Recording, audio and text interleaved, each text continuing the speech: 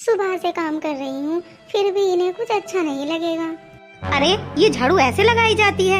कुछ आता भी है तुम्हें? शादी क्यों की थी मैंने तुमसे?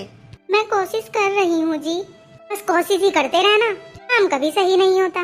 रुक जा बेटे रुक जा, तुझे हर बार आरती बहू में ही कमी नजर आती है क्या? कभी खुद को भी आईने में देख ले। माँ, आप हर बार इसकी तरफदारी करती हो। हाँ करती हूँ तो, क्योंकि ये हकदार है। तू दिन भर ऑफिस में काम करता है तो ये भी दिन भर घर में लगी रहती है, तेरे लिए खाना बनाती है, तेरे कपड़े धोती है। कभी शुक्रिया अदा किया है तूने इसका? मैं ऑफिस जा रहा हूँ।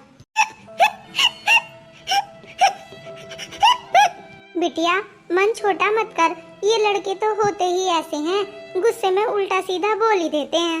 माँ जी, मुझे तो लगता है मैं इस घर के लायक ही नहीं हूँ। अरे पगली, घर की असली नींव तो बहू ही होती है। तू है तभी ये घर बसा हुआ है। और सुन, अगर तू घर छोड़कर चली गई ना तो तेरे पति को रोटी भी गोल नहीं मिलेगी, टेढ़ी मेढ़ी रोटी खाएगा और रोएगा। माँ जी, आप ही मेरी ताकत हो। चल आराम कर ले, किचन का काम खत्म हो गया हो तो। हाँ माँ जी।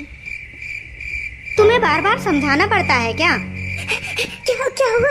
बस मैं अब और नहीं सह सकता, निकल जाओ मेरे घर से। ठीक है, अगर मेरी मौजूदगी आपको इतनी खराब लगती है तो मैं चली जाती हूँ। कोई नहीं जाएगा घर से, ये घर बहू का उतना ही है जितना तेरा। माँ, आप ही इसे बिगाड़ रही हैं। चुप कर, बीवी को घर से निकाल कर तू खुद भी खुश नहीं रह पाएगा। बेटा, जिस घर में औरत रोती है वहाँ सुख शांति कभी नहीं आती। बीवी घर की लक्ष्मी होती है जो दिन रात परिवार के लिए जीती है। अगर तू ही से रुलाएगा तो तेरे जीवन में खुशियाँ चली जाएंगी। अगर तू ही से घर से निकालेगा तो समझ ले इस माँ का भी तुझसे नाता टूट जाएगा। माँ, मैं सच में गलत था, मुझे माफ कर दो माँ। मैं वादा करता हूँ कि अब कभी तुम्हें दुख नहीं दूंगा। अगर आपका मन से बदलने का इरादा है तो मैं सब कुछ भूलने के लिए तैयार हूँ।